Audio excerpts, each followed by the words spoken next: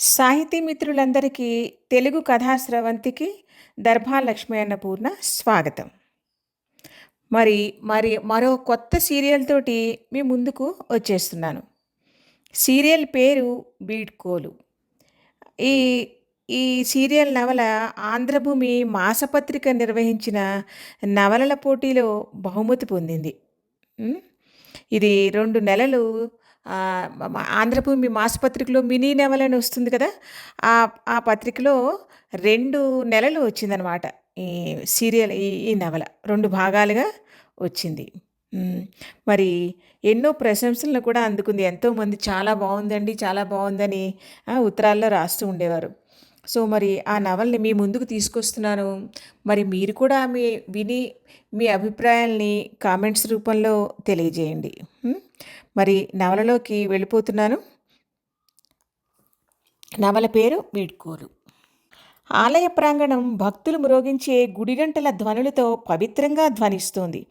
ఎప్పుడో 100 ఏళ్ల నాటి గుడి కావటం కూడా ఆ గుడికి ఓ విధమైన ప్రత్యేకతని ఆపాదించి పెడుతోంది. భగవంతుడు కొలువుతీరి ఉన్న గర్భగుడికి ముందు సువిశాలమైన మంటపం.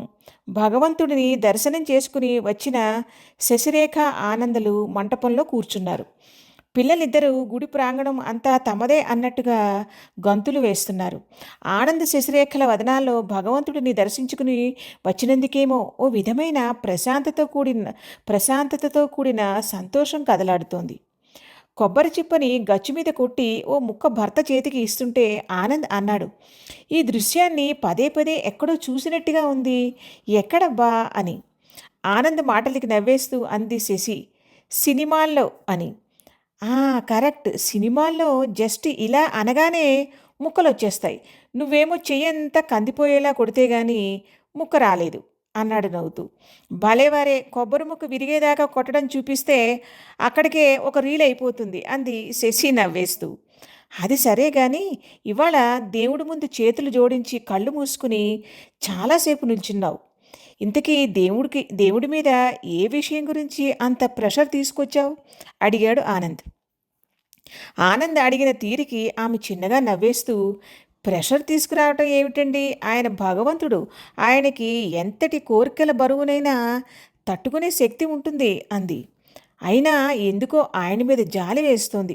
ఇదివరకు జనాలకి ఇంతగా అవసరాలు, కోరికలు ఉండేవి కావు. ఆయనకి కాస్త విశ్రాంతిగా ఉండేది. ఇప్పుడు పిల్లల కాన్వెంట్ సీట్ల కోసం మొక్కులు, ఆ తర్వాత ఇంజనీరింగ్ సీటు కోసం మొక్కులు, ఆ తర్వాత అమెరికా వెళ్ళటానికి వీసా దొరకాలని మొక్కులు. తీరా పిల్లల్ని అమెరికా పంపించాక తిరిగి వస్తాడో రాడోనన్న భయంతో మొక్కే మొక్కులు. ఇంతకీ మీరేమని మొక్కుకున్నారో చెప్పండి అంది శశిరేఖ అతని మాటల ప్రవాహానికి అడ్డు వేస్తూ. మీరేం తక్కువ అని ధ్వనించేలా అంది శశిరేఖ. నేను ఆ భగవంతుడిని ఎప్పుడూ ఏ కోరికలు కోరను. ప్రశాంతమైన చిత్తంతో నమస్కారం చేసుకుంటానంతే. మనకేది ఎంతవరకు ఇవ్వాలో ఆయనకి తెలియదు. ఏ కోరిక లేకుండా ఆ భగవంతుడికి దండం పెట్టుకోవడంలో వచ్చే ప్రశాంతత నీకెక్కడా దొరకదు. అయినా నాకేం కావాలి ఇంకా? చక్కటి భార్య, ముత్యాల్లాంటి పిల్లలు, వాళ్ళకి పూర్తి భద్రతనివ్వగల చక్కటి ఉద్యోగం, నిన్ను నన్ను అభిమానించే తల్లిదండ్రులు. ఆనంద వదనంలో పరిపూర్ణమైన ప్రశాంతత ఓ దివ్యలా వెలుగులు చిమ్మింది. భర్త వదనంలోకి తాదాత్మ్యంగా చూస్తూ అంది శశి. నాకు అలాగే అనిపిస్తుంది. నాకంటూ అది కావాలి, ఇది కావాలి అని కోరుకోవాలనిపించదు. బహుశా మనస్సు నిండి ఉన్న తృప్తి వల్లనేమో అంది. మన ఇద్దరికీ ఒకరి పట్ల ఒకరికి ఉన్న ప్రేమ వల్లనేమో భార్య వైపు రెప్పవేయకుండా చూస్తూ అన్నాడు ఆనంద్. హఠాత్తుగా శశిరేఖ తన కళ్ళలోకి కొంటితనాన్ని తెచ్చుకుంటూ అంది, ఆ రెండు అయినా అసలైంది ఇంకొకటి ఉంది అంది. ఏమిటది? చాలా కుతూహలంగా అడిగాడు ఆనంద్. మన పిల్లలు చదువుకునేందుకు సెంట్రల్ స్కూల్ ఉంది కాబట్టి ఆ స్కూలు ఇంటర్వ్యూలో మా పిల్లలు నెగ్గితే నీకు అభిషేకం చేయిస్తాను. ఈ స్కూల్ ప్రిన్సిపాల్ డొనేషన్ అడగకపోతే నీకు హుండీలో ఇంత వేస్తాను అని మొక్కుకోనక్కరలేదు. కొంచెం సీరియస్గా మొహం పెట్టి శశిరేఖ అన్న తీరికి ఆనంద్ నవ్వేశాడు. అంతేకాదు ప్రైవేట్ స్కూళ్ళలో సీటు కావాలంటే పేరెంట్స్‌కి కూడా ఇంటర్వ్యూ ఉంటుందట. ఎందుకంటే మోపుడు ఫీజులు కట్టాలి కనుక పిల్లలకి సగం చదువు వాళ్ళు ఇంట్లోనే చెప్పుకోవాలి కనుక అన్నాడు. శశిరేఖ అంది మళ్ళీ. మనం నవ్వుకుంటున్నాం గానీ ఆ పేరెంట్స్ అలా చెయ్యక తప్పదు కదా! ఏం చేయగలరు పాపం అంది. ఆడుకుంటున్న పిల్లల్ని పిలిచి ఇంటి త్రోవ పట్టారు. తృప్తి, సంతోషం ఈ 2 తమ సొత్తే అనుకుని ఆనందంగా మెట్లు దిగుతున్న ఆ దంపతులకి తెలియదు తమ మధ్య ప్రేమకి పరీక్ష మొదలవ్వబోతోందని. ముఖ్యంగా శశిరేఖకు. ప్రశాంతమైన పరిస్థితుల్లో ప్రేమనౌక ఏ ఒడిదుడుకులు లేకుండా సాగిపోవటంలో ఆశ్చర్యం లేదు. జీవితంలో ప్రేమని ప్రభావితం చేసే అంశాలు చాలా ఉంటాయన్న సత్యం వాళ్ళకి తెలిసే రోజు రాబోతోందని వాళ్ళకి ఆ క్షణంలో తెలియదు. దృశ్యం మారింది. ఆ రోజు ఆఫీస్ నుంచి వచ్చి కాఫీ తాగుతూ పిలిచాడు ఆనంద్. శశి, అర్జెంటుగా ఇలా రా ముందు అని. వంటింట్లో అతని కోసం టిఫిన్ ఏర్పాట్లలో ఉన్న శశిరేఖ, ఏమిటండి అంత అర్జెంటు పని అంటూ చేతిలో అట్లకాడతో అలాగే వచ్చేసింది. ఒక్క నిమిషం తను చెప్పాలనుకుంటున్నది మర్చిపోయి ఆమె వైపు తదేకంగా చూస్తూ ఉండిపోయాడు ఆనంద్. సన్నని నాజూకైన నడుం చుట్టూ దోపిన చీర కొంగు, పొడవైన జడలో విచ్చుకోవటానికి సిద్ధమవుతున్న మల్లెమొగ్గల దండ. భర్త ఆఫీస్ నుంచి వచ్చేటప్పటికి భార్య చక్కగా నీటుగా ముస్తాబై ఎదురుచూపులు చూస్తూ ఉండాలని చెబుతారు గాని దానికి ఇంకో పాయింట్ కూడా జోడించాలనిపిస్తోంది శశి అన్నాడు. ఏమిటది? చేతిలో అట్లకాడ కూడా ఉండాలనా అంది. అంతే కదా మరి, సహజమైన భంగిమ. నీ నడుము ఉంపు వల్ల ఆ చీర కుచ్చిళ్ళు మడతకే అందం వచ్చినట్టుగా ఉంది సుమా అన్నాడు. ఏమిటి ఇది చెప్పడానికా ఇంత హడావిడిగా పిలిచారు అంది. పిలిచింది అందుకు కాదు గాని పిలిచాక చేతిలో అట్లకాడతో నీ అపూర్వ భంగిమ చూశాక అసలు విషయం కాస్త మర్చిపోయాను. మర్చిపోయిన విషయాన్ని గుర్తు చేసుకోవటానికన్నట్టుగా తలగోక్కుంటూ అన్నాడు పేపర్ని అటూ ఇటూ తిరగేస్తూ. మీకు ఈ మధ్య మతిమరుపు ఎక్కువైపోతున్నట్టుగా ఉంది అంది.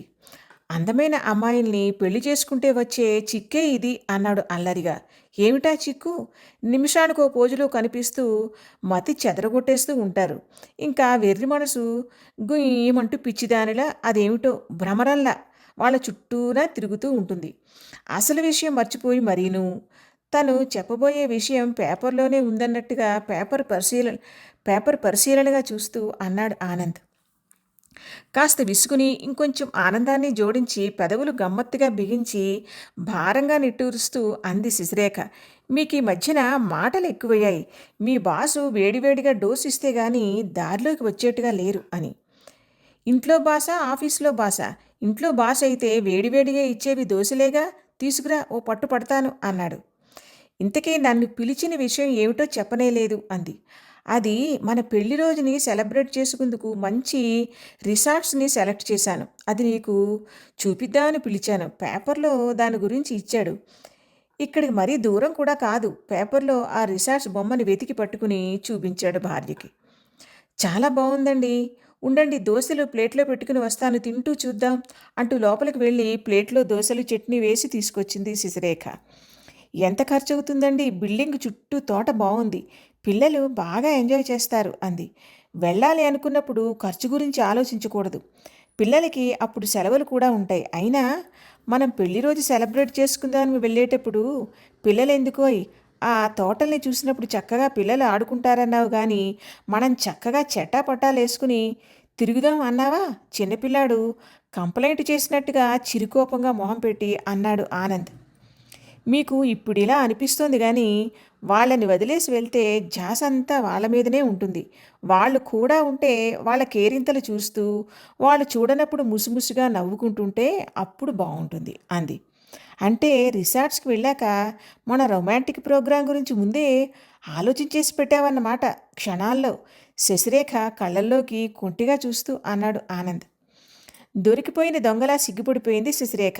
ఆ సిగ్గుల మొగ్గని ఆనంద్ అపురూపంగా చూసుకుంటుంటే ఆడుకుందుకు బయటికి వెళ్ళిన పిల్లలు రయ్యమని లోపలికి దూసుకొచ్చారు. ఒకళ్ళు అమ్మ ఒళ్ళో, ఒకళ్ళు నాన్న ఒళ్ళో సెటిల్ అయిపోయారు. ఆనంద్, శశిరేఖ ఒకళ్ళ మొహాలు ఒకళ్ళు చూసుకుంటూ హాయిగా నవ్వేసుకున్నారు. పిల్లల్ని ప్రేమగా గుండెలకి హత్తుకున్నారు. ఆనంద్ తమ ప్రయాణం గురించి పిల్లలకి చెప్పాడు. వాళ్ళు ఆనందంతో చెంగుని క్రిందకి దూకి గంతులు వేశారు. నాన్న, అక్కడ మాతో ఆడుకునేందుకు పక్కింటి రాహుల్ని, ఆ పక్కింట్లో ఉన్న చేతన్ని కూడా తీసుకువెళ్దామా? సరేనా? కొడుకు కార్తీక్ అనగానే కూతురు దీప అందుకుంది. అయితే నా ఫ్రెండ్స్ సునీతని, రమ్యని కూడా తీసుకువెళ్దాం నాన్న అంటూ. వాళ్ళ మాటలకి ఒకరి మొహాలు ఒకరు చూసుకుని మరోసారి ఫక్కున నవ్వేసుకున్నారు ఆనంద్, శశిరేఖ. ఫ్రెండ్స్‌ని తీసుకువెళ్దాం అన్న మాటకే అమ్మా, నాన్న అలా ఎందుకు నవ్వేస్తున్నారో ఆ చిన్నారులకి అర్థం కాక అయోమయంగా పెట్టారు మొహాలు. మనందరం వెళ్ళటానికి ఇంకో పిక్నిక్ అరేంజ్ చేసుకుందామే, పిల్లల్ని బుజ్జగిస్తూ అన్నాడు ఆనంద్. ప్రయాణానికి కావలసిన ఏర్పాట్లు చేయటానికి శ్రీకారం చుట్టాడు ఆనంద్. సశేషం. ఇదండి మొదటి భాగంలో కథ. మరి మీకు ఆసక్తికరంగా అనిపిస్తుందో లేదో కామెంట్స్లో మరి చెప్పండి మరి. Thank you.